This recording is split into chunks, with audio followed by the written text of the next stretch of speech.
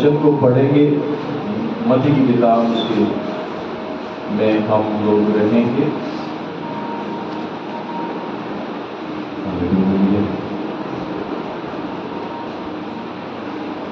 25 अध्याय में हम लोग रहेंगे।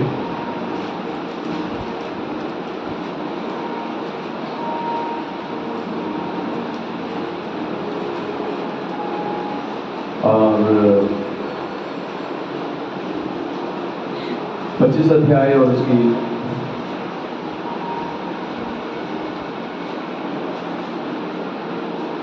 19 आयत से हम लोग पढ़ेंगे। बहुत दिनों के बाद उन दासों का स्वामी आकर उनसे लेखा लेने लगा, जिसको 5 तोड़े मिले थे। उसने 5 तोड़े और लाकर कहा, हे स्वामी, तूने मुझे 5 तोड़े सौंपे थे, देख मैंने 5 तोड़े और कमाए हैं।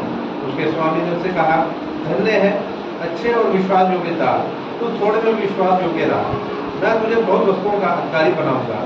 अपने स्वामी के आनंद में सहभागी। और जिसको 2 तोड़े मिले थे, उसने भी आकर कहा, हे स्वामी, तूने जो मुझे 2 तोड़े दिए सौंपे थे, देख मैंने 2 तोड़े और कमाए। उसके स्वामी ने उससे कहा, धन्य है अच्छे और विश्वास योग्य दास, तू थोड़े में विश्वास योग्य रहा, मैं तुझे बहुत वस्तुओं का अधिकारी बनाऊंगा। अपने स्वामी के आनंद में सहभागी हो। तब जिसको 1 तोड़ा मिला था, उसने आकर कहा, हे स्वामी, मैं तुझे जानता था कि तू कठोर मनुष्य है, तू जहाँ कहीं नहीं पहुँचता वहाँ काटता है, और जहाँ नहीं छींटता वहाँ से बटोरता है। इसलिए मैं डर गया और जाकर तेरा तोड़ा मिट्टी में छिपा दिया। देख जो तेरा वह ये है। उसके स्वामी ने उसे उत्तर दिया, हे दुष्ट और आलसी दास, जब तू ये जानता था कि जहाँ मैंने नहीं बोया वहाँ से काटता हूँ, और जहाँ मैंने नहीं छीटा वहाँ से बटोरता हूँ, तो तुझे चाहिए था कि मेरा रुपया सराफा को दे देता, तब मैं आकर अपना धन ब्याज में दे देता। इसलिए वह तोड़ा उससे दे दो, और जिसके पास 10 तोड़े हैं उसको दे दो, क्योंकि जिस किसी के पास है और उसे और दिया जाएगा और उसके पास बहुत हो जाएगा, परंतु जिसके पास नहीं उससे वह जो उसके पास है ले लिया जाएगा। और इस निकम्मे दास को बाहर के अंधेरे में डाल दो, जहाँ रोना और दांत पीसना। Thank you. मेरी आवाज़ ठीक है सब लोगों के पास? Hallelujah, hallelujah. यहाँ पर 3 दास हैं, और 3 दास जो हैं बाइबल बताती है 3 लोगों को, एक को 1 तोड़ा दिया, एक को 2 तोड़े दिए और एक को 5 तोड़े दिए। Hallelujah, hallelujah. तो जब एक व्यक्ति को 1 तोड़ा दिया और एक को 2 तोड़े दिए और एक को 5 तोड़े दिए, तो जब परमेश्वर यहाँ पर कुछ दास हैं, और यहाँ पर 3 कैटेगरी को हम देख रहे हैं। एक के पास में 5 तोड़े मिल रहे हैं, एक को 2 मिल रहे हैं, और एक को 1 तोड़ा मिल रहा है।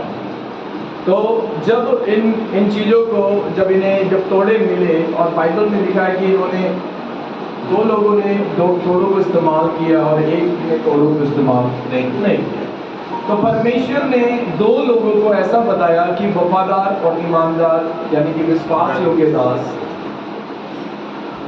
तू विश्वास योग्य रहा मैं तुझे और दूंगा, तू वफादार रहा मैं तुझे और दूंगा।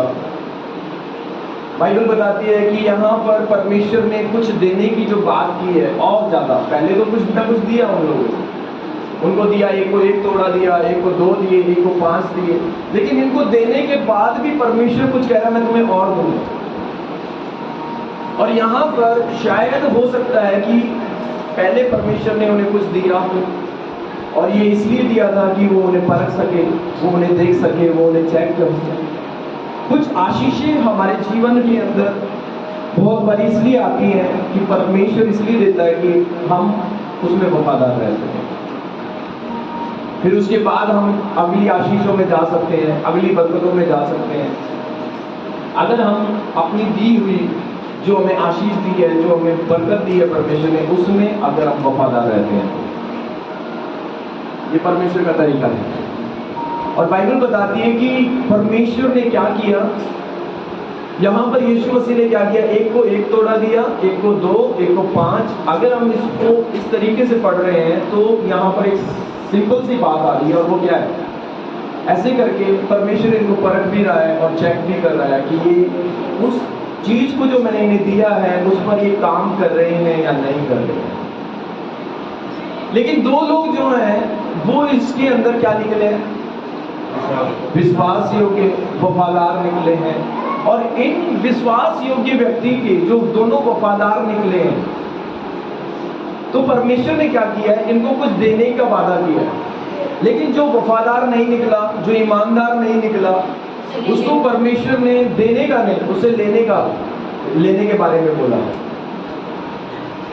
Hallelujah, hallelujah. अगर इस बात को हम समझ पा रहे हैं तो यहाँ पर कुछ चीजें जो मिल रही है या कुछ चीजें हमारे पास से जा रही है, वो एक ही चीज है। शैतान के अंदर इतनी ताकत नहीं है कि जो हम इसे छीन सके या कुछ भी बिना परमेश्वर की इच्छा या बिना परमेश्वर की मर्जी के। और बाइबल बताती है कि अगर हम अपनी दी हुई चीजों में जो जो परमेश्वर ने हमें दिया है उसमें हम ईमानदार हैं, उसमें हम वफादार हैं, तो परमेश्वर क्या करेगा? परमेश्वर हमें और देगा। लेकिन अगर जो परमेश्वर ने हमें दिया है, अगर हम उसमें ईमानदार नहीं है, वफादार नहीं है, तो परमेश्वर जो है वो क्या करेंगे? उन चीजों को वापसी लेते हैं। Hallelujah, hallelujah. यहाँ पर एक दासों की बात आई है। किसकी? दासों की बात आई है। और यहाँ पर दासों की बात आने का मतलब है, जब हम दासों के विषय में कुछ बातों को देखते हैं, आज जो भी परमेश्वर ने आपको दिया है, आप कैसे उसके अंदर वफादार रह सकते हैं? क्योंकि जब आप वफादार रहोगे, जब आप ईमानदार रहोगे, तो परमेश्वर आपको बहुत कुछ देना चालू करेगा। Hallelujah, hallelujah. वफादारी का मतलब क्या है? वफादारी का मतलब है कि जो भी चीजें प्रभु ने आपको दी है, आपको क्या करना है? उस पर काम करना है। कुछ भी चीजें परमेश्वर ने आपको दी है, आपको क्या दिया है? आपको जो भी चीज परमेश्वर ने दी है, आपको टाइम दिया है, आपको कुछ भी, आपको पैसा दिया है, आपको कुछ भी जो भी आपको लगता है कि मुझे परमेश्वर ने दिया है, उसके ऊपर आपको काम करना बहुत जरूरी है। क्योंकि जब तक आप काम नहीं करोगे, एक वचन निकालेंगे, इस बात को अच्छे से हम निर्गमन की किताब से समझेंगे। निर्गमन की किताब उसके 21 अध्याय पर हम ध्यान देंगे।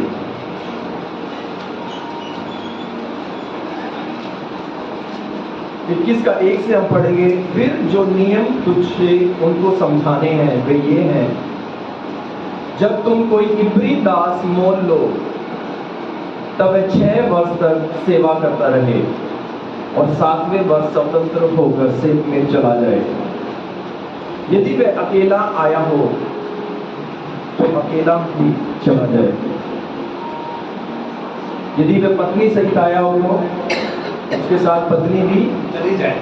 यदि उसके स्वामी ने उसको पत्नी दी हो और उसके बेटे और बेटियां उत्पन्न हुई हो, तो उसकी पत्नी और बालक उस स्वामी के ही रहें और वह अकेला चला जाए। परंतु यदि वह दास दृढ़ता से कहे, मैं अपने स्वामी और अपनी पत्नी और बालकों से प्रेम रखता हूँ, इसलिए मैं स्वतंत्र होकर नहीं जाऊंगा, तो उसका स्वामी उसको परमेश्वर के पास ले चले।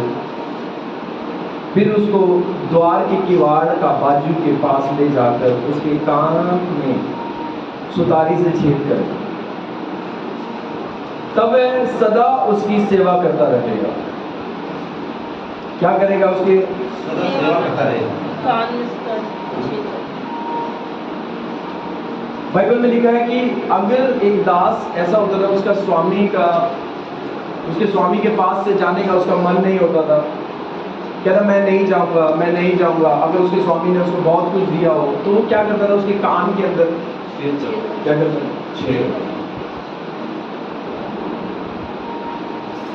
कान के छेद से पता लगता था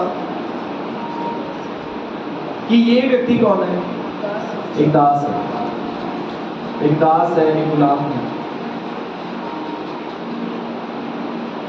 और आपको पता है कि परमेश्वर बताना चाहते हैं कि यहाँ पर जब हम इस बात को समझते हैं तो जो एक विषय होता है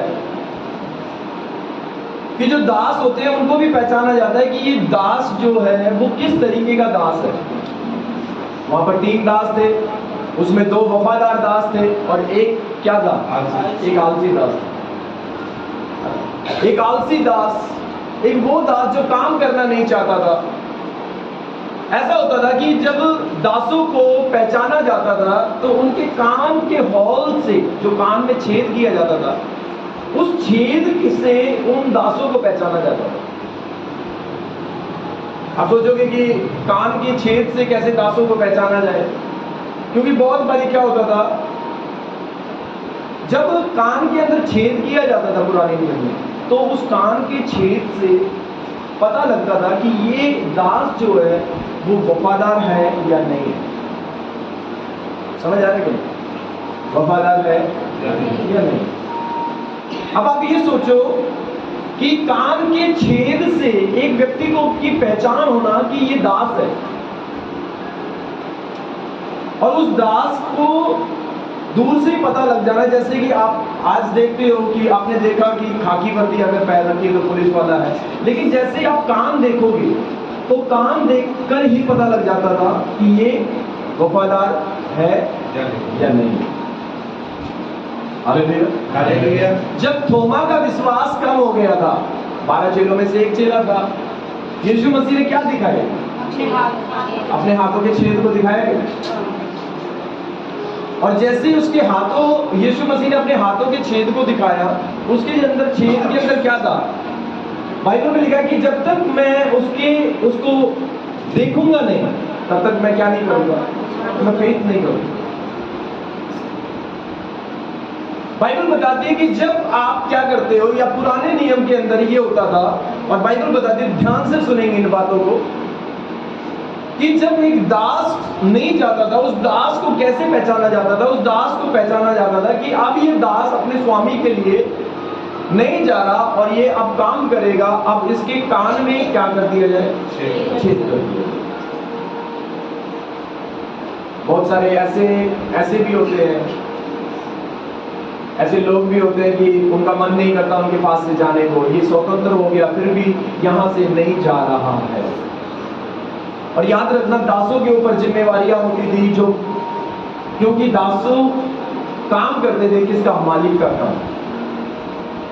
बहुत बार मालिक नहीं जा पाता था, लेकिन वो अपने नौकरों को भेजता था, अपने दासों को भेजता था अपने काम करने के लिए, और अपने बहुत सारे कामों को करने के लिए, बहुत सारी चीजों को करने के लिए वो अपने नौकरों को भेजता था। और वो काम से लोग समझ जाते थे कि ये नौकर है या फिर ये कौन है।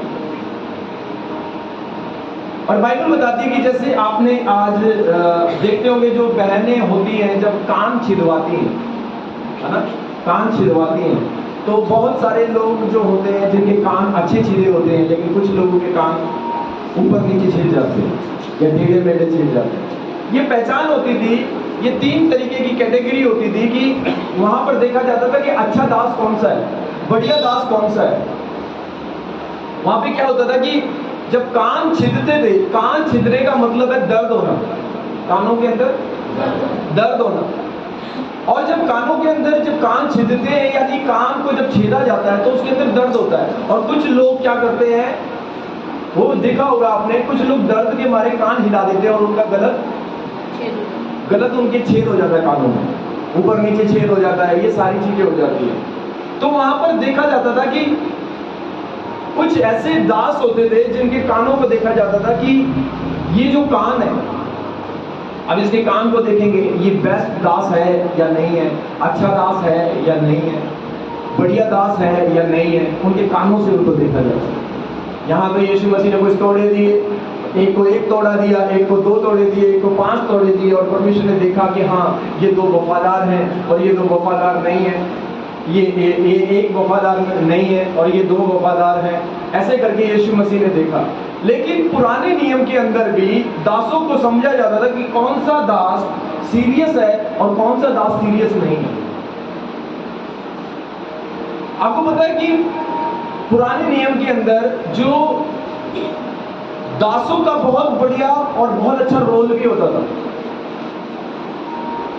अब्राहम का जो दास था, जब अब्राहम ने अपना क्या भेजा, अपने दास को भेजा अपने बेटे के लिए कि जा तू उसके लिए क्या लेकर आ, उसके लिए बहू लेकर आ। अब आप सोचो, एक व्यक्ति अपनी बेटी को जिसे वो जानता नहीं, वो किसको दे रहा है? एक दास को दे, एक अपनी बेटी को दास को दे रहा है। और वो दास को दे रहा है, क्यों दे रहा है? क्योंकि उस दास के अंदर कुछ क्वालिटी है, उस दास के अंदर कुछ क्वालिटी है। जब आप उस क्वालिटियों को समझना चालू करोगे तो बहुत सारी चीजें आपको मिलना चालू हो जाएगी। लेकिन अगर आप उस क्वालिटी को नहीं समझ पा रहे हो, दो दासों के अंदर अच्छी क्वालिटी थी, इसलिए प्रभु यीशु मसीह ने क्या किया? उनको कुछ देने की बात की कि मैं तुम्हें और दूंगा। लेकिन एक दास के अंदर देखा वो क्वालिटी नहीं पाई गई, तो इसलिए यीशु मसीह ने क्या किया? उसको नहीं दिया। दासों को बहुत बार ऐसी चीजें दी जाती हैं। जब परमेश्वर, जब अब्राहम ने क्या किया, अब्राहम नहीं जा पाया और अब्राहम ने बोला मेरे बेटे के लिए तू जा, अपने दास को बोला तू जा और क्या कर, एक लड़की को लेकर आ। और बाइबल बताती है, अगर हम ध्यान से पढ़ते हैं तो वहां पर अब्राहम नहीं गया, अब्राहम का दास था। और उस दास के साथ आने वाली जो है वो कौन है? रिबेका है। और जैसे ही वो दास के साथ आ रही है, अब इतना वफादार दास, इतना विश्वास योग्य दास, जिसकी वजह से क्या किया? उसने अपनी बेटी को क्या किया? बाइबल बताती है छेद जो होते हैं वो बहुत बार क्या होते हैं, इस चीज को दिखाते हैं।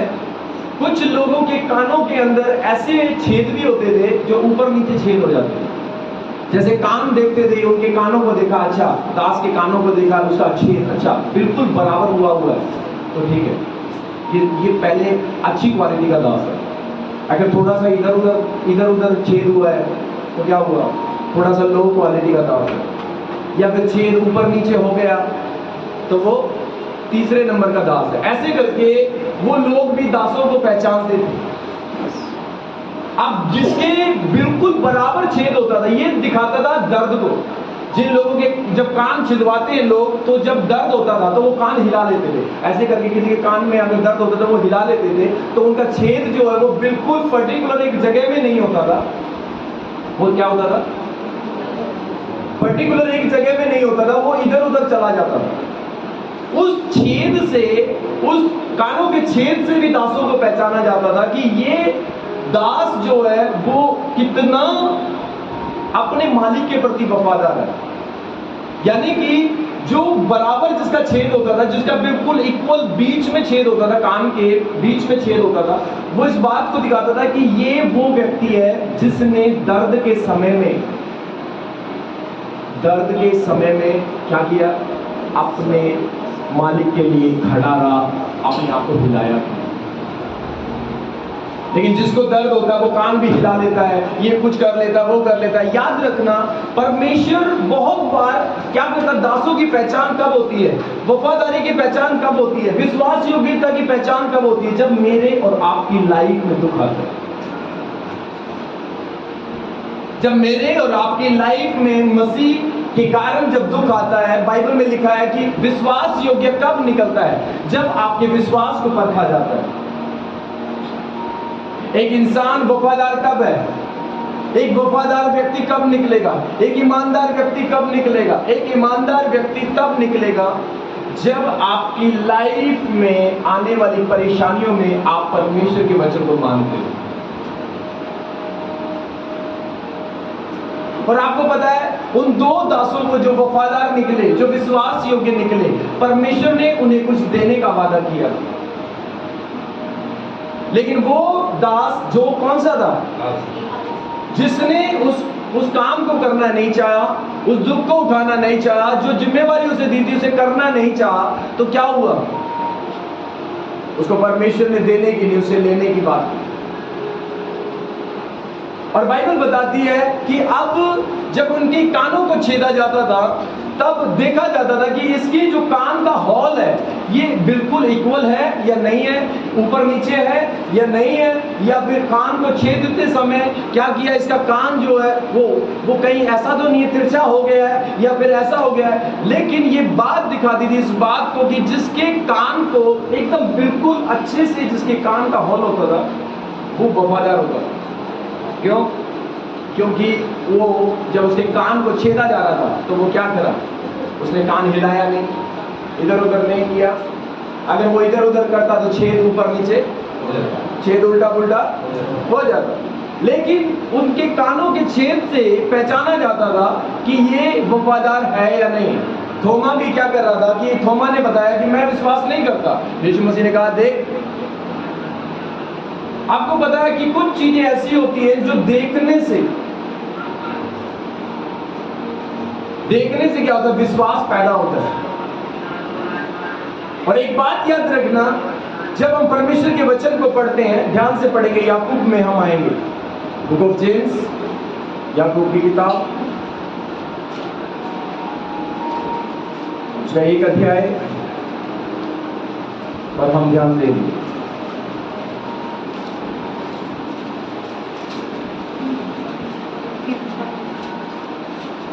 और उसका 1 अध्याय और उसकी 2 आयत से हम पढ़ना चालू करेंगे। हे मेरे भाइयों, जब तुम नाना प्रकार की परीक्षाओं में पढ़ो, तो इसको पूरे आनंद की बात समझो, उसको पूरे आनंद की बात समझना, ये जानना कि तुम्हारे विश्वास ये परखे जाने से धीरज उत्पन्न होता है। आपका फेथ जब परखा जाता है तब आपके अंदर से एक विश्वास योग्यता निकलती है हमारे अंदर। अगर आपकी लाइफ में जब परीक्षाएं हो या फिर परीक्षाएं क्या है, जब दास को क्या करना होता था, दास को परमेश्वर का काम करना होता था, उस दास को परमेश्वर, तो उस जैसे एक अच्छा और एक विश्वास योग्य दास कौन सा होता था? विश्वास योग्य दास वही होता था जब उसको क्या करे, जो काम दिया जा रहा है, जो चीजें उसको दी जा रही है, उस दर्द के अंदर वो हिल नहीं रहा। क्या नहीं कर रहा? वो हिल नहीं, वो एक जगह खड़ा है और उसने क्या किया, उसने देखा कि उसका जो कान है, अब उसके कान को छेदा जा रहा है लेकिन वो हिल नहीं रहा है, दर्द के मारे डुल नहीं रहा है, एक ही पोजीशन में खड़ा है और उस दर्द को क्या कर रहा है, वो सह रहा है। क्या कर रहा है? सह रहा है। और उस काम को कर रहा है जो काम वो क्या कर रहा है, परमेश्वर जिस चीज को उसको बोल रहे हैं। लेकिन बाइबल जो हमें बताती है वो इस बात के बारे में बताती है, हे भाइयों, जब तुम नाना प्रकार की परीक्षाओं में पढ़ो तो उसको पूरे आनंद की बात समझो, ये जानकर कि तुम्हारे विश्वास के परखे जाने से, किसको परखा जा रहा है? किसको? याद रखना, विश्वास को जब परखा जाता है, अब विश्वास को जब अब परखा जा रहा है तो उससे कुछ चीजें पैदा होती हैं, और पैदा होने का मतलब है कुछ चीजों का निकलना, कुछ चीजों का आविष्कार होना, कुछ चीजें बाहर आना, कुछ चीजें आपको मिलना। कि कब मिलता है? जब आपके फेथ को परखा जाता है, जब आपके विश्वास को परखा जाता है। याद रखना, जब हमारे फेथ को परखा जाएगा, और जो विश्वास आपका परखा जा रहा है वो विश्वास कब परखा जाएगा? वो परिस्थितियों के अंदर परखा जाएगा। अगर आपने परिस्थितियों के अंदर एक पोजीशन में खड़े हो, आप परिस्थितियों के अंदर इधर उधर भाग नहीं रहे हो, आप परिस्थितियों के अंदर एक जगह खड़े हो, आप परेशानियों के अंदर एक जगह खड़े हो, आप परेशानियों के अंदर, जैसे आपकी लाइफ में परेशानी आ रही है, जैसे आपकी लाइफ में दिक्कत आ रही है और आप भाग नहीं रहे हो, आप डगमगा नहीं रहे हो, आप वो ही काम कर रहे हो जो परमेश्वर ने आपको बोला है, तो आपको परमेश्वर जो है, आपके फेथ आपका मजबूत होगा। दूसरा काम, आप एक वफादार परमेश्वर के साथ हो जाओगे, और जैसे ही आप परमेश्वर के साथ वफादार हो जाते हो, फिर उसके बाद में परमेश्वर जो है वो आपको अगली चीजें देना चालू करते हैं। Hallelujah, hallelujah. पुराने नियम में पहचाना जाता था ऐसे करके, जब हम दासों के विषय में देखते हैं, आपको पता है कि कुछ दास ऐसे भी होते थे जिनका कान ऊपर नीचे छिद जाता था, ऐसा इतिहास बताता है। कहते हैं जिसका कान ऊपर नीचे छिद गया, कहते हैं उसको मत दो। वो तीसरी कैटेगरी का दास आता रहेगा, वो उस लेवल में नहीं आता था जो मालिक के लिए सब कुछ आता है। और बाइबल बताती है कि जब ये विषय क्या होते हैं, परमेश्वर का जो वचन है, बाइबल का जो वचन है, इस तरीके से बताता है, ध्यान से पढ़ेंगे इस आयत को। हे मेरे भाइयों, जब तुम नाना प्रकार की परीक्षाओं में पढ़ो, किस में पढ़ो? नाना प्रकार की परीक्षाओं में पढ़ो, नाना प्रकार की परीक्षाओं में पढ़ो, तो इसको पूरे अनंत की बात समझो। इसको क्या समझना है? पूरे अनंत की बात समझो। हाँ। ये जानकर कि तुम्हारे विश्वास करके जाने से धीरज उत्पन्न होता है, पर धीरज को अपना पूरा काम करने दो कि तुम पूरे और सिद्ध हो जाओ और तुम में किसी बात की घटी ना रहे। तुम में किसी भी चीज की घटी ना रहे। आपको पता है, जब आप परीक्षाओं में अपने पेट को पकड़ के रखते हो, आप परीक्षाओं के अंदर, एक व्यक्ति जब अपनी लाइफ में आ रहा है, दुख आ रहा है कि मेरी लाइफ में अब दुख आ रहा है, मेरी लाइफ में परेशानी आ रही है, मेरी लाइफ में दिक्कत आ रही है, मेरी लाइफ में समस्याएं आ रही हैं, और उन समस्याओं के अंदर वो व्यक्ति परमेश्वर की ओर खड़ा है, वफादार है, ईमानदार है, और वो हिल नहीं रहा, दर्द आ रहा है उसके जीवन में, परेशानी आ रही है उसकी जिंदगी में, समस्याएं आ रही हैं उसके जीवन में, और वो ढंग से खड़ा है, और खड़ा ऐसे ही खड़ा है, और वो बिल्कुल भी, जब उस दास के कान को छेदा जाता था तो वो एकदम, उसको पता है कि कुछ दास ऐसे होते थे कि जो जब उनके कानों को छेदा जाता था तो वो क्या करते थे? हिल जाते। कुछ लोग हिल जाते थे, कुछ लोगों को दर्द सहने के अनुसार हिल जाते थे, और इसलिए उनका कान उल्टा पुल्टा छिल जाता था, उनके कान के अंदर इधर उधर छिल जाता था। लेकिन एक ऐसा भी दास होता था कि उसको पता है कि मुझे इस पोजीशन पे खड़ा रहना है, अगर मैंने थोड़ा सा भी अपना कान हिला लिया, क्या हो गया? तो वो गलत हो गया। आज ऐसी ही है, जब एक इंसान की लाइफ में प्रॉब्लमें आती हैं, आप क्या करते हो? कहां भाग रहे हो? परमेश्वर से चाहिए तो बहुत कुछ कि प्रभु तू ये भी दे दे, परमेश्वर तू ये भी दे दे, प्रभु तू ये भी दे दे, प्रभु तू ये भी दे दे, प्रभु तू ये भी दे दे। लेकिन जब तुम्हें वफादारी की बात आती है, जो खुदा ने तुम्हें दिया है, जिस वफादारी को निभाने की बात आती है, उसमें क्या कर रहे हो तुम? उसमें कहां जा रहे हो?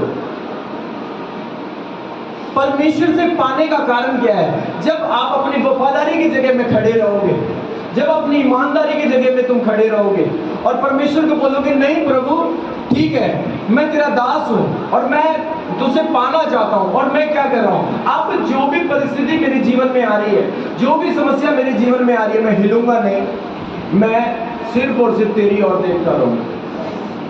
हालेलुया। पुराने नियम में कंडीशन होती थी कि अगर तुझे, उस दास को पता था कि मैं जिस मालिक के साथ रह रहा हूं, उस मालिक के साथ बड़े मजे में रह रहा हूं, लेकिन कुछ साल के बाद में उसको जाना होता था अपने मालिक को छोड़ के। ये व्यवस्था थी। उसको पता था कि मैं अपने मालिक के साथ रहूंगा तो मैं मजे में रहूंगा, बहुत आशीषित रहूंगा, बहुत बरकत में रहूंगा, मैं बहुत ही आशीषित रहूंगा इस व्यक्ति के साथ रहकर, मैं परमेश्वर उस अपने मालिक के साथ रहकर। लेकिन बाइबल बताती है कि जब उस दास का मन नहीं होता था, पढ़ो ध्यान से निर्गमन में, निर्गमन 21 अध्याय को जब हम पढ़ेंगे, 21 के 3 को पढ़ रहे हैं, यदि मैं अकेला आया हूं, लिखा है 2 में, जब तुम कोई इब्री दास मोल लो तब 6 वर्ष की सेवा करता रहे, और 7वें वर्ष में, आपको पता है 7वें वर्ष में क्या कर रहा है? स्वतंत्र होकर चला जाए। 7वें वर्ष में इसकी छुट्टी हो रही है, यानी कि एक तरीके से देखा जाए ये जाने लग रहा है, 7वां साल जो है ये जा रहा है। वो जा सकता था, लेकिन क्या किया? यदि मैं अकेला आया हो तो अकेला ही चला जाए, और यदि पत्नी सहित आया हो तो उसके साथ उसकी पत्नी भी चली जाए, उसके साथ उसकी पत्नी भी चली जाए। यदि उसके स्वामी ने उसको पत्नी दी हो और उससे उसके बेटे और बेटियां उत्पन्न हुई हो, तो उसकी पत्नी और बालक उस स्वामी की ही रहे, वो भी अकेला चला जाए। परंतु यदि वे दास दृढ़ता से कहे, मैं अपने स्वामी और अपनी पत्नी और बालकों से प्रेम रखता हूँ, इसलिए मैं स्वतंत्र होकर नहीं जाऊंगा, तो उसका स्वामी उसको परमेश्वर के पास ले चले, फिर उसको द्वार के किवाड़ बाजू के पास ले जाकर उसके कान में सुतारी से छेद करे।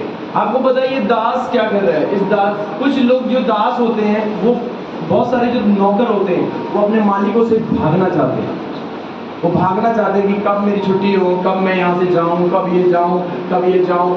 इजरायली लोग भी गुलामी में दास बनकर गए थे और वो चाहते थे कि कब हम यहाँ से निकले, कब इन परेशानियों से निकले, कब इन दिक्कतों से निकले। लेकिन ये जो दास है ये एक अच्छे स्वामी के पास है, एक अच्छे स्वामी के पास है, एक बेस्ट स्वामी के पास है। अब बेस्ट स्वामी के पास में क्या है, इनको सब कुछ मिल रहा है, इसकी इनके मजे आ रहे हैं, इनको हर चीजें मिल रही है, हर चीजें मिल रही है, हर चीजें मिल रही है।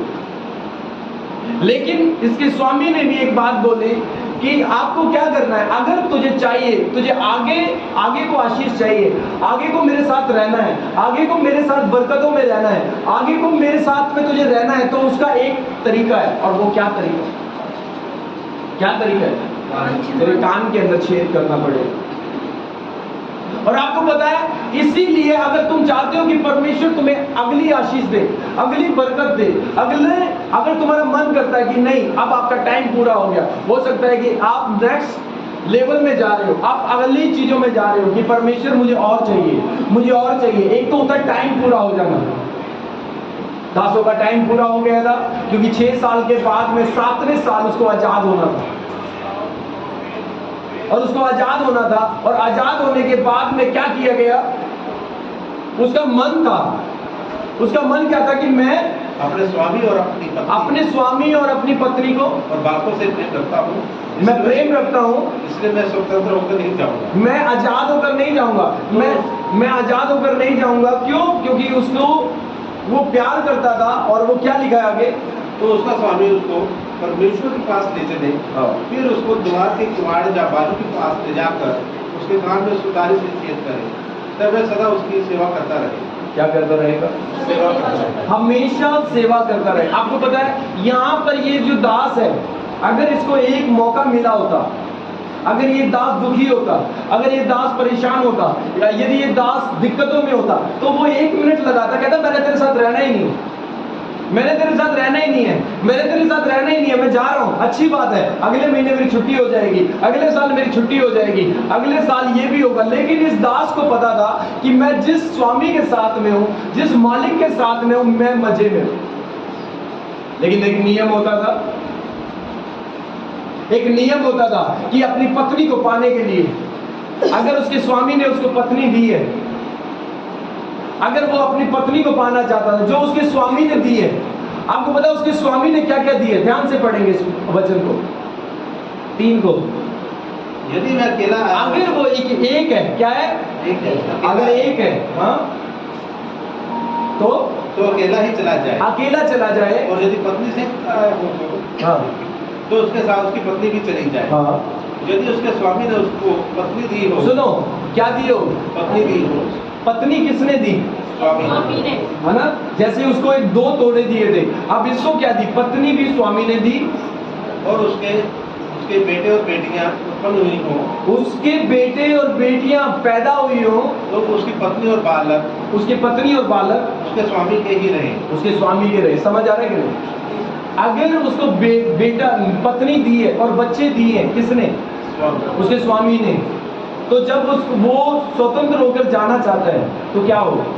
स्वामी के पास, उसके स्वामी के पास ही रहे, आगे चले। और वह अकेला चला जाए, अकेला जाएगा, वो ले नहीं सकता उनको। ये नियम था, ये तरीका था कि अगर पत्नी भी दे दी है, बच्चे भी हो गए हैं, तो उनके ऊपर उसका हक नहीं होता था। लेकिन क्या लिखा है?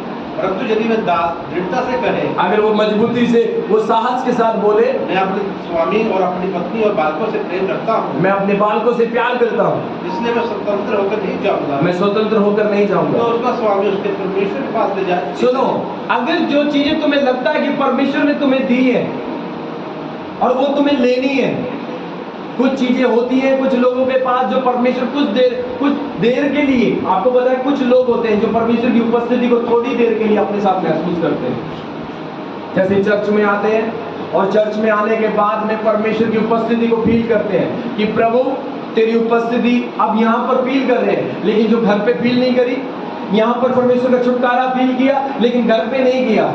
और वो क्या करते हैं? इसको तुम्हें अगर लेना है, जो भी चीजें परमेश्वर तुम्हें दे रहा है, शांति आनंद कुछ भी दे रहा है, अगर तुम्हें वो पक्के से लेना है, वो चीजें ऐसी होती है जो परमेश्वर दे रहा है और वो तुम्हें पक्का लेना है, अगर वो रियल में तुम्हें लेना है तो तुम्हें क्या करना पड़ेगा? अपनी वफादारी को दिखाना होगा, अपनी ईमानदारी को तुम्हें दिखाना होगा। अगर तुम ईमानदारी को नहीं दिखा रहे हो, अगर तुम वफादारी को नहीं दिखा रहे हो, तो जो परमेश्वर ने तुम्हें दिया भी होगा ना, वो तुम ले नहीं सकते। क्या नहीं कर सकते? जिस व्यक्ति को एक तोड़ा दिया था कि नहीं परमेश्वर ने, लेकिन उससे क्या किया? क्या किया? लिया कि नहीं वापसी? अब यहां पर इस दास को भी क्या दी? पत्नी दी, और इसी पत्नी से बच्चे हुए, लेकिन ये इसको लेके नहीं जा सकता। क्यों नहीं लेके जा सकता? क्योंकि उसके स्वामी ने उसको दिया। अगर तुम्हें वो पत्नी चाहिए, यदि वो बच्चे चाहिए जो परमेश्वर ने दिए, वो आशीषें चाहिए जो परमेश्वर देता है, या जो बरकत जो परमेश्वर देता है, तो तुम्हें अपने लॉ को नहीं, एक लॉ को, एक नियम को तुम्हें क्या करना पड़ेगा? उस नियम के अनुसार तुम्हें पालन करना होगा। जब तक तुम उस नियम को पालन नहीं करोगे, जब तक तुम उस लॉ के अनुसार नहीं चलोगे, उस नियम के अनुसार नहीं चलोगे जो नियम परमेश्वर ने तुम्हें दिया है, तब तक वो चीजें जो तुम्हें मिली भी होंगी तुम्हारी नहीं हो सकती। हो सकता है कि बहुत सारे लोग जो है परमेश्वर से कुछ चीजों को महसूस कर रहे हैं कि प्रभु ये देगा, ये देगा, ये देगा, लेकिन अगर वो उसमें ईमानदार नहीं है या वफादार नहीं है, तो वो चली जाएगी। वो क्या होगी? चली जाएगी। एक व्यक्ति के जीवन में से आशीषें, बरकतें, छुटकारा, चंगाइयां, शांति, आनंद, ये बहुत सारी चीजें जो परमेश्वर देता है, क्यों चली जाती है? ये इसलिए चली जाती है क्योंकि वो व्यक्ति वफादार नहीं होता, वो परमेश्वर के साथ वफादार नहीं होता, वो परमेश्वर के साथ ईमानदार नहीं होता। आपको पता है ईमानदारी क्या है? ईमानदारी है जब आप परमेश्वर के साथ ईमानदार कैसे होगे? जब आप प्रभु के लिए क्या करते हैं? यहाँ पर इस दास को जब पत्नी लेने की बात आई थी, ध्यान से पढ़ेंगे 4 को, यदि उसके स्वामी ने उसकी पत्नी दी हो और उससे उसके बेटे और बेटियां उत्पन्न हुई हो, तो उसकी पत्नी और बालक उस स्वामी के ही रहें और वह अकेला चला जाए। अब ऐसा क्या है इस नियम के अंदर कि उसके स्वामी ने उसको पत्नी भी दी है, बच्चे भी दिए हैं, लेकिन अब वो अकेला चला जाए, लेकिन अब वो उसको ना मिले। क्यों? अगर वो उन्हें लेना चाहता है, क्या करना चाहता है? अगर वो अपनी पत्नी को भी लेना चाहता है, अपने बच्चों को भी लेना चाहता है, यदि वो सच में प्यार करता है, अगर तुम सच में जो चर्च के अंदर, जो कलीसिया के अंदर, जो तुम परमेश्वर की उपस्थिति को फील करते हो, जो आशीषों को तुम फील करते हो, जो शांति को तुम फील करते हो, जो चंगाइयों को तुम फील करते हो, जो छुटकारे को तुम फील करते हो, अगर तुम्हें सच में चाहिए हो, तो तुम्हें वफादार होना पड़ेगा। तुम्हें वफादार होना पड़ेगा। नहीं तो बहुत सारे लोग आते हैं और चर्च में कहते हैं, अरे आज तो परमेश्वर की उपस्थिति को हमने महसूस किया, प्रभु की उपस्थिति हमें मिली, परमेश्वर की चंगाई हमें मिली, परमेश्वर का छुटकारा हमें मिला, लेकिन थोड़ी देर के बाद में वो चीजें क्या होती हैं? वो उन्हें मिलती नहीं है, वो चली जाती है। उन्हें ऐसा लगता है कि मेरे पास वो है ही नहीं, उन्हें ऐसा लगता है कि ये चीजें मेरे पास है ही नहीं, उन्हें ऐसा लगता है कि मेरे पास में ये चीजें बिल्कुल भी नहीं है, क्योंकि कुछ देर पहले तो मैं उस चीज को देख रहा था, उस चीज को मैं महसूस कर रहा था, लेकिन अब वो मेरे पास बिल्कुल भी नहीं है। और कारण क्या है? वफादार ना होना, वफादार ना होना। अब इसको पत्नी भी दी, इसको बच्चे भी दिए, लेकिन किसने? उसके स्वामी ने। अब बहुत बार कुछ लोग सोचते हैं मुझे ये मिल गया, मुझे ये मिल रहा है, मुझे नो, आप उसको ले नहीं सकते परमेश्वर के बिना तरीके से। आप कुछ चीजों को बिना परमेश्वर के तरीकों से ले नहीं सकते। आप जब तक अपने तरीकों से लोगे आपको नहीं मिलेगा, चाहे आपकी चंगाई क्यों ना हो, चाहे आपका छुटकारा क्यों ना हो, चाहे आपकी शांति क्यों ना हो, कुछ भी चीजें जो आपको परमेश्वर अगर बोलता है कि मैं तुझे ये दूंगा, आपको परमेश्वर के तरीके से लेनी पड़ेगी। और वो आपको जरूर देगा। वो कब देगा? जब आप उसके साथ वफादार रहोगे। लिखा है, परंतु यदि वह दास दृढ़ता से कहे, क्या कहे?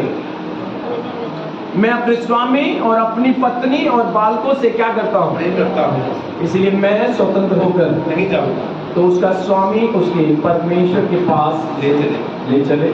फिर उसको द्वार के किवाड़ दरवाजे के पास। सुनो, अब क्यों इसको ले जाया जा रहा है? इसके कान को छेद करने के लिए। अभी कान क्यों छिदवा रहा है?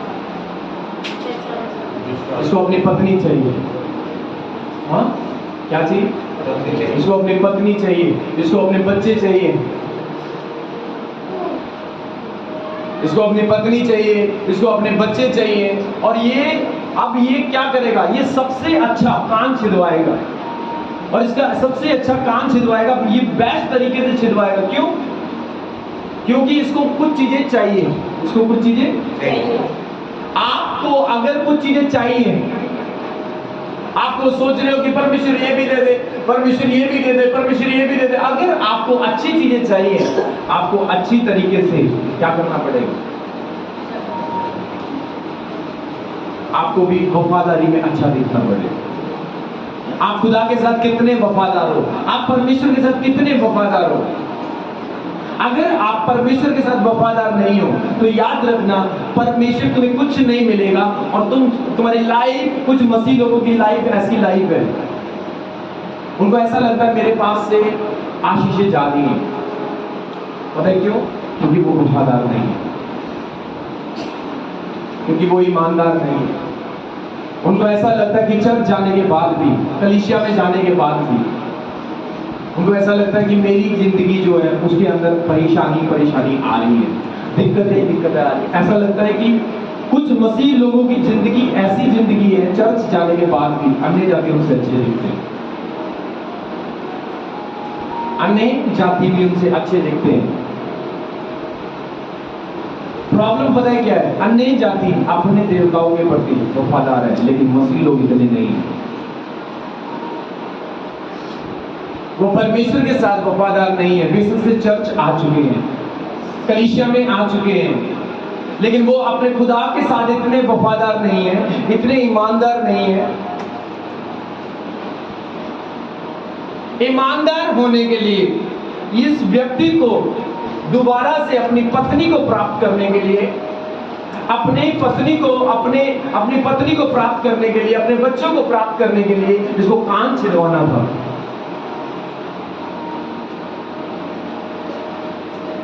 इसको कान छिदवाना होगा,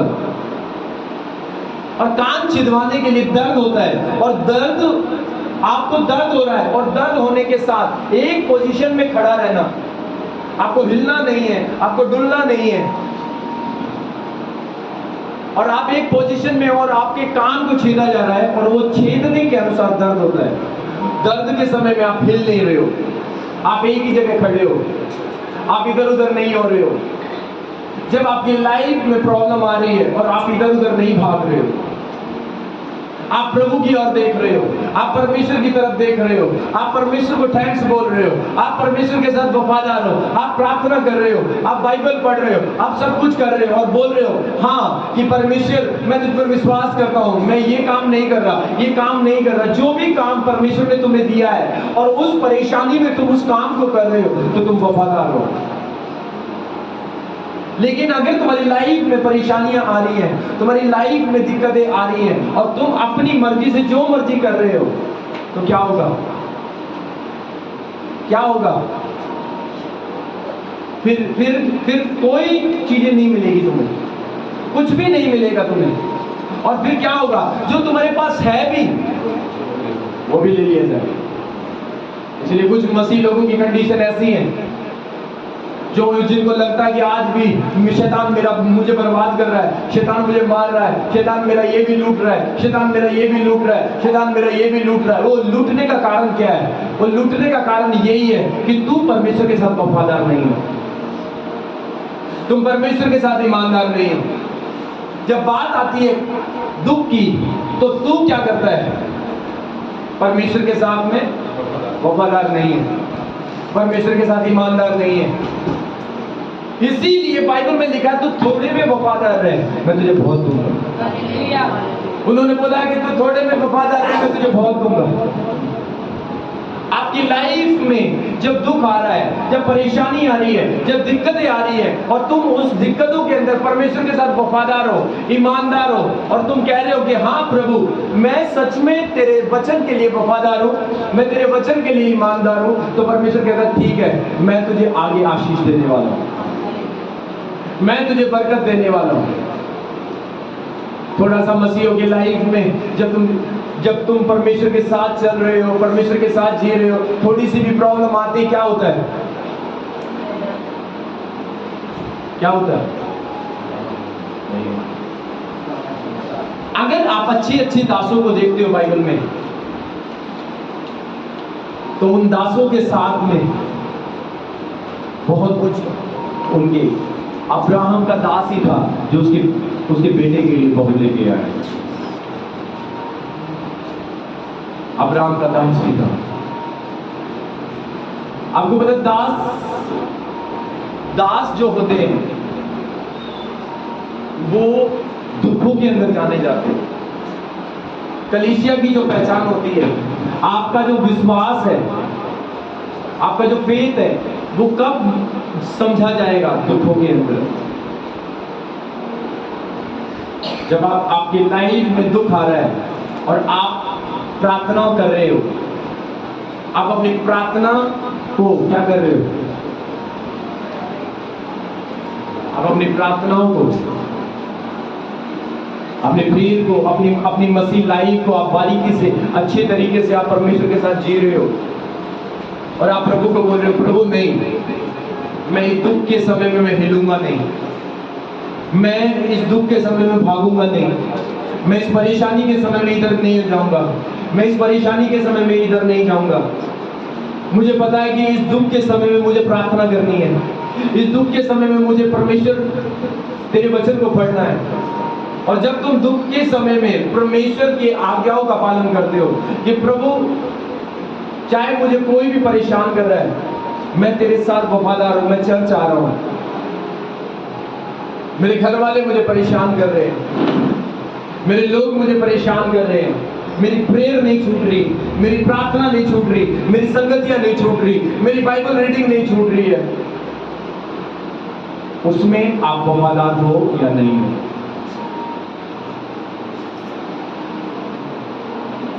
जब तक आप वफादार नहीं बनोगे, तब तक आपको जो परमेश्वर आपको कुछ देना चाहता है वो आपको मिलेगा नहीं। लेकिन अगर आप वफादार नहीं हो, तो जो आशीषें तुमने पाई है वो चली जाएंगी। कुछ लोगों ने मसीहत में बहुत सारी चीजें पाई है, लेकिन उन्होंने खो दी। कारण क्या है? वफादार ना होना, ईमानदार ना होना, ईमानदार ना होना। आपको पता है, जब एक व्यक्ति के जीवन में दुख आता है, उसकी बेईमानी सामने आ जाती है। क्यों? क्योंकि वो परमेश्वर से क्या करने लगता है? परमेश्वर के साथ वफादार नहीं रहता। जब हमारी लाइफ में दुख आता है, जब हमारी लाइफ में परेशानी आती है, उस टाइम पर तुम्हें दुख उठाकर परमेश्वर की आज्ञाओं का पालन करना, वो एक वफादारी है, वो एक ईमानदारी है। लेकिन अगर आपकी लाइफ में दुख ही नहीं है, अगर आपकी लाइफ में दुख नहीं है, तो याद रखना, आप फिर उन चीजों को प्राप्त नहीं कर सकते जो परमेश्वर आपको देना चाहते हैं। हर एक व्यक्ति परमेश्वर से इच्छा रखता है कि प्रभु तू मुझे ये दे, परमेश्वर तू मुझे ये दे, परमेश्वर तू मुझे ये दे, परमेश्वर तू मुझे ये दे। लेकिन प्रभु तुम्हें कुछ ना कुछ देने से पहले, जब मिलने से पहले, प्रभु तुम्हारी वफादारी को देखता है, प्रभु तुम्हारी ईमानदारी को देखता है। और जैसे ही वो ईमानदारी को देखेगा, वो वफादारी को देखेगा, क्या होगा? वो सब कुछ तुम्हें देगा। इसीलिए इस व्यक्ति के पास में क्या रहा? उसको पता था कि मैं अकेला जा सकता हूं, लेकिन इसने अपनी पत्नी को प्राप्त कर लिया, अपने बच्चों को प्राप्त कर लिया। कैसे? कान छिदवाने के द्वारा। कैसे? कान छिदवाने के द्वारा इसने अपनी पत्नी और अपने बच्चों को प्राप्त कर लिया। तब तक परमेश्वर की बहुत सारी चीजों को आप ले नहीं सकते जब तक आप वफादार नहीं होंगे। आप इसीलिए बाइबल में लिखा है, जब आपकी लाइफ में परेशानी आ रही है और परेशानियों के अंदर तुम्हें वफादार रहना है। और ये सेवक जो था, जब इसका कान छीदा जा रहा था, ये एकदम सीधा खड़ा था कि छेद मेरे कान को। और ये ऐसे कान छेदा जा रहा था इसका, और इसकी ये कहने लगा कि छेद मेरे कान को, और ये हिला नहीं बिल्कुल भी। आपकी लाइफ में जब प्रॉब्लम आ रही है और आप परेशानियों के अंदर में सही से खड़े हो, परेशानियों के अंदर अच्छे से खड़े हो, तो आपको पता है आप जाओगे, परमेश्वर आपको हर चीज देगा। क्यों? क्योंकि आप वफादार हो। आप वफादार हो। इसीलिए 3 कैटेगरी होती थी, 3 प्रकार के दास होते थे। इसीलिए जब आप वफादार रहोगे, आप बोलोगे परमेश्वर को, परमेश्वर आपको क्या करेगा? आपको हर वो चीज देगा जो तुम्हें जरूरी है,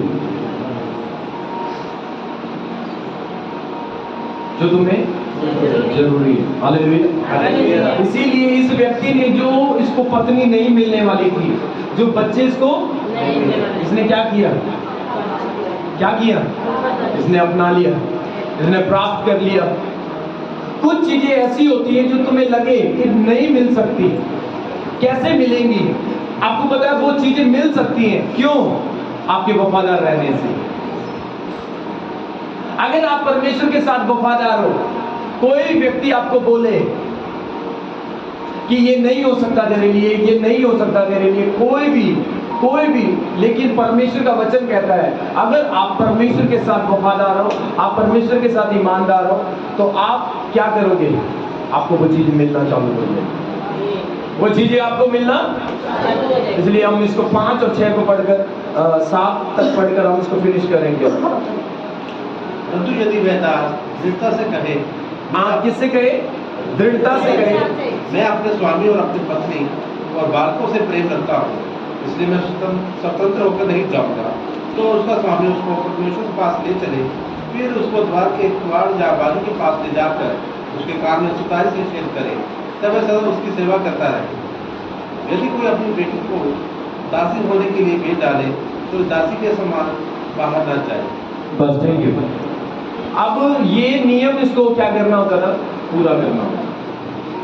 इसको अपने कान को छिदवाना पड़ता था, और कान को छिदवाने के बाद में इसने अपनी पत्नी को और उन चीजों को क्या किया? प्राप्त किया। क्या किया? प्राप्त किया। ऐसे ही जिसको 2 तोड़े मिले थे और एक को 5 तोड़े मिले थे, उन्होंने और भी प्राप्त किया। लेकिन जिसको 1 तोड़ा मिला था, उसने क्या किया? उसको खो दिया। आपको पता है कि परमेश्वर के साथ वफादार ना होने का कारण आपका नुकसान है। अगर तुम सोच रहे हो कि मेरा नुकसान पे नुकसान, नुकसान पे नुकसान, यदि कोई चीज मुझसे जा रही है, तो इसका मतलब है तुम्हें परमेश्वर के साथ वफादार होना है, परमेश्वर के साथ तुम्हें ईमानदार होना है। और परमेश्वर के साथ जब तक आप ईमानदार नहीं होगे, जब तक परमेश्वर के साथ आप वफादार नहीं होगे, और ये वफादारी जो है आपकी परेशानियों में दिखाई देती है, ये वफादारी दुखों में दिखाई देती है, ये वफादारी परेशानियों, दुखों में, कलेशों में, समस्याओं में दिखाई देती है कि ये व्यक्ति कितना मेरे लिए वफादार है, ईमानदार है या नहीं है। इसलिए अगर तुम्हारी लाइफ में प्रॉब्लम आ रही है, तुम्हारी लाइफ में दिक्कत आ रही है, तो तुम्हें सबसे पहले उसमें वफादार रहना है। अगर तुम वफादार नहीं हो, तो जो तुम्हें मिला है वो भी चला जाएगा, वो भी क्या होगा? वो भी चला जाएगा। लेकिन अगर तुम परमेश्वर के साथ वफादार हो, तो जो तुम्हें नहीं मिला वो भी तुम्हें मिलेगा, वो भी तुम्हें मिलेगा। इसीलिए क्या करना है? क्या करना है? विश्वासियों के वफादार, विश्वास योग्य रहना है, वफादार रहना है कि प्रभु मैं तेरे साथ वफादार हूँ, कोई मुझे देख रहा है या नहीं देख रहा, मैं तेरे साथ वफादार हूँ, मैं तेरे साथ ईमानदार हूँ। जब आप वफादार रहोगे, वफादार का मतलब होता है कि मालिक आपके पास नहीं है और आप फिर भी उस काम को बड़ी ईमानदारी से कर रहे हो। कोई आपको देखे या ना देखे, आपको कोई बोले या ना बोले, आप बोलने से नहीं, कोई आपको देख रहा है या नहीं देख रहा, तो भी आप वफादारी से उसका काम को कर रहे हो। नहीं तो कुछ लोग ऐसा होते हैं, जब तक मालिक सामने रहता है, काम कर रहे होते हैं, मालिक चला गया तो क्या हो गया, फिर वो क्या कर रहे होते हैं, अपने काम को वफादारी से नहीं कर रहे होते, अपने काम को ईमानदारी से नहीं कर रहे होते। इसीलिए कोई आपको देख, अब ये नहीं है कि आप अपनी कुछ मसीह ऐसे हैं जो चर्च में आकर बड़े सीरियस होते हैं। क्यों? क्योंकि दूसरा मसीह भाई देख रहा है, दूसरी मसीह बहन देख रही है, पास्टर देख रहे हैं चर्च में। लेकिन जैसे ही तुम घर में जाओगे और यही सेम पोजीशन, जो अच्छेपन की पोजीशन तुम चर्च में निभाते हो, बेस्ट पोजीशन तुम चर्च में निभाते हो, और यही जब तुम घर पे भी निभाओगे तो ये वफादारी है। अगर तुम चर्च में शांत होकर बैठते हो, अच्छे से जीवन, दूसरे मसीह भाई से अच्छे से बात कर रहे हो, किसी से भी अच्छे तरीके से आप डील कर रहे हो, और घर पे जाकर अपनी हरकतें दिखा रहे हो, तो तुम वफादार नहीं हो प्रभु के साथ। इसका मतलब है कि तुम लोगों को देखकर कर रहे हो। वफादार का मतलब है कि परमेश्वर, आपके दिमाग में एक चीज आएगी कि प्रभु मुझे देख रहा है, परमेश्वर मुझे देख रहा है। कोई मुझे देखे या ना देखे, लेकिन परमेश्वर मुझे देख रहा है, और ये वफादारी है। ये वफादारी है। कोई खड़ा है या नहीं खड़ा, आप कहीं पे भी काम कर रहे हो, कुछ भी कर रहे हो, आपके दिमाग में ये रहेगा, नहीं मुझे वफादार रहना है, मुझे अपने परमेश्वर के साथ वफादार रहना है, मुझे अपने यहोवा के साथ वफादार रहना है। हालेलुया। जिन लोगों ने वफादारी को नहीं निभाया परमेश्वर के साथ, उन्होंने अपनी आशीषों को खो दिया। प्रभु से प्रार्थना करके बोले कि परमेश्वर, अगर तुम्हें लगता है, प्रभु को बोलो, प्रभु मुझे वफादार कर।